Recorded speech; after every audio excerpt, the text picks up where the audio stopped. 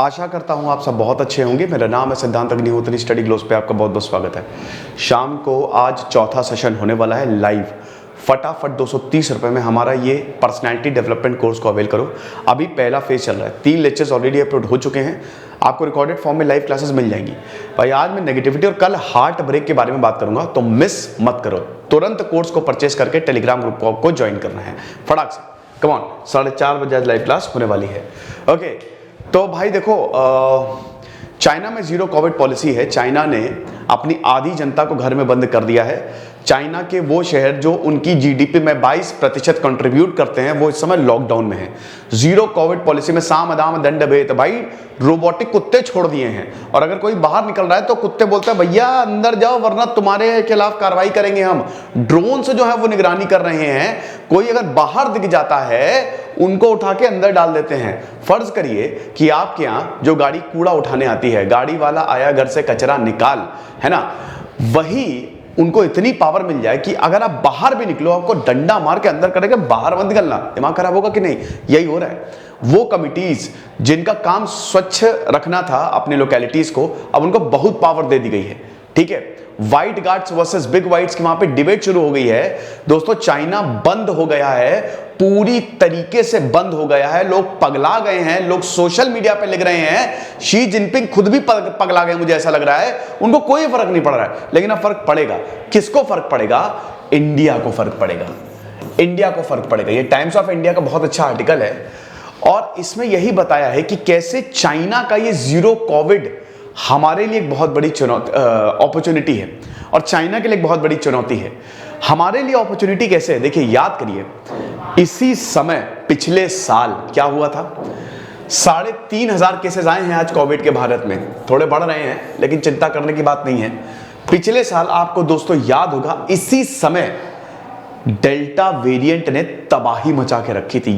यही time period था। पूरा देश लॉकडाउन में था। जगह कम पड़ रही थी दफनाने के लिए, जलाने के लिए। बहुत लोगों ने अपनों को खोया, उसमें मैं भी एक था।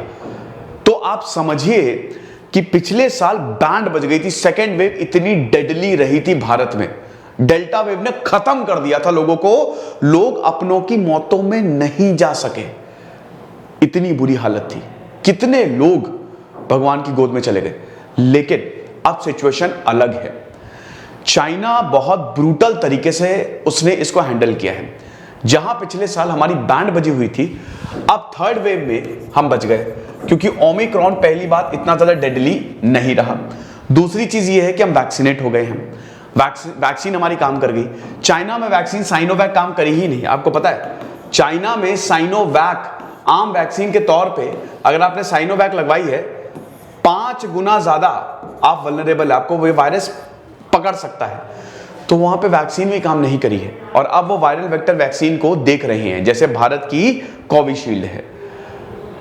तो अभी अगर आप देख रहे हो, एक तरफ चाइना पूरा बंद है, कुछ नहीं है वहां पे, लोग परेशान। और भारत में क्या हो रहा है? भारत में लोग ऑफिस जा रहे हैं, भारत में लोग KGF चैप्टर 2 देख रहे हैं। कल doctor strange into the multiverse of madness release हुई, भारत में वो जा रहे हैं। भारत में शादियां हो रही, भाई अंकल नाच रहे हैं बढ़िया। अरे चलो ठीक है, वो पिछले साल का गम भूल गए सब, अब बिल्कुल अलग हो गया है। तो भारत खुल गया है, चाइना बंद हो गया है। अब देखो, भारत अगर बात करें तो भारत का चाइना पे डिपेंडेंस है। नॉट ओनली इंडिया, पूरी दुनिया जो है वो ही आप समझो कि चाइना पे डिपेंड करती है हर चीज के लिए। क्यों? Made in China. चाइना सस्ता लेबर देता है, चाइना बहुत सस्ता लेबर देता है और चाइना में स्किल्ड लेबर है। जैसे भारत में क्या है कि जैसे मान लो कि ये चाइना का आदमी है और ये भारत का आदमी है, ठीक है। अब मान लो ये जो चाइना का आदमी है, अगर आप इससे बोलोगे ये प्लम्बर है, ठीक है, ये प्लम्बर है, और आप इससे बोलोगे भाई मेरे घर में पुताई कर दोगे, पेंटिंग कर दोगे, वो बोलेगा भाई नहीं, हम नहीं कर पाएंगे क्योंकि हमको ये नहीं आती। अच्छा, भारत में क्या है? भारत में मान लो ये प्लम्बर है और अगर आप उससे बोलोगे कि देखो आप थोड़ा ज्यादा पैसा दे रहे हैं, हमारा पेंटिंग कर दो, तो बोलेगा हाँ हाँ कर देंगे, कोई दिक्कत नहीं, सीख लेंगे। यही दिक्कत है, चाइना में स्किल्ड लेबरर्स हैं। चाइना में जिसको जो काम आता है वो वही करेगा और बहुत तगड़े से करेगा और कम दामों में करेगा, लेकिन करेगा। लेकिन भारत में क्या है ना, भारत में स्किल तो है लेकिन यहां पे कुछ भी कर लेंगे लोग, तो उनका टैलेंट छुप जाता है।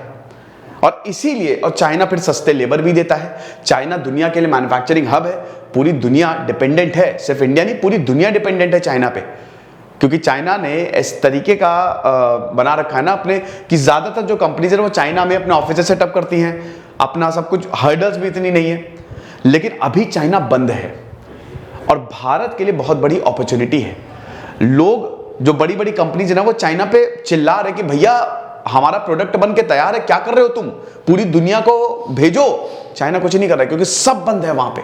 अब भारत के लिए बहुत बड़ी अपॉर्चुनिटी है कि वो इन्वेस्टर जो चाइना पे डिपेंडेंट थे, जो चाइना के लेबर पे डिपेंडेंट थे, वो अब भारत आ जाए।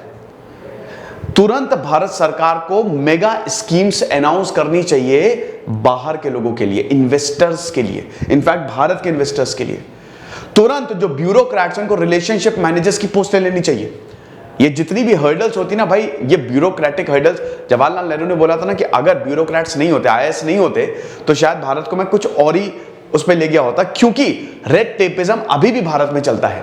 वो प्रोसेस इतना लंबा होता है ना कि इंसान बीच में ही हार मान लेता है। हालांकि कॉर्पोरेट टैक्स भारत में बहुत ज्यादा नहीं है, ठीक है, लेकिन वो इतना ज्यादा है। अब देखिए जैसे टेस्ला ने भारत में इंटरेस्ट दिखाया, एप्पल ने भारत में खोली है फैक्ट्री, तो ऐसे धीमे धीमे हम ये देख सकते हैं कि भारत में इन्वेस्टमेंट आ सकता है। चाइना का जो पूरा का पूरा मार्केट है वो इधर डाइवर्ट हो सकता है, क्योंकि इस समय चाइना बंद है और तुरंत भारत सरकार को इस पे ध्यान देना चाहिए, संज्ञान इसका लेना चाहिए कि भाई ये चीजें चाइना में मिल रही थी, अब नहीं है, हम तुमको देने के लिए तैयार हैं, तुम हमारे पास आ जाओ। टैक्स लोग कम कर दिया हमने, स्कीम्स निकाल दिया, और इंसेंटिव दिए 50, ब्यूरोक्रेटिक हर्डल्स है ही नहीं, तुम इधर इन्वेस्ट करोगे, हो गया। किसी जूता बनाने वाली कोई कंपनी है, वो अपना सर खुजा रहा होगा, यार क्या करें यार, मेरा तो प्रॉफिट चला गया, चाइना की एक इंडस्ट्री को मैंने कॉन्ट्रैक्ट दिया, वो तो बर्बाद हो गई, अब मैं क्या करूं। तो भारत की कंपनी आनी चाहिए, हम है ना, तो चाइना क्या, मैं हूं, मैं पास में, बल्कि चाइना तो दूर है, मैं तो तुम्हारे और पास में हूं। तो इसीलिए चाइना का जीरो कोविड पॉलिसी भारत के लिए बहुत बड़ी अपॉर्चुनिटी है। ये हम कर सकते हैं इस अपॉर्चुनिटी को ग्रैब करने के लिए। ओके, तो ये लेक्चर था, आप भी मुझे कमेंट बॉक्स में बताओ, छोटा सा लेक्चर था। फिलहाल आप शाम को जरूर आओ, मजा आने वाली है, नेगेटिविटी पे बात करेंगे। Thank you so much.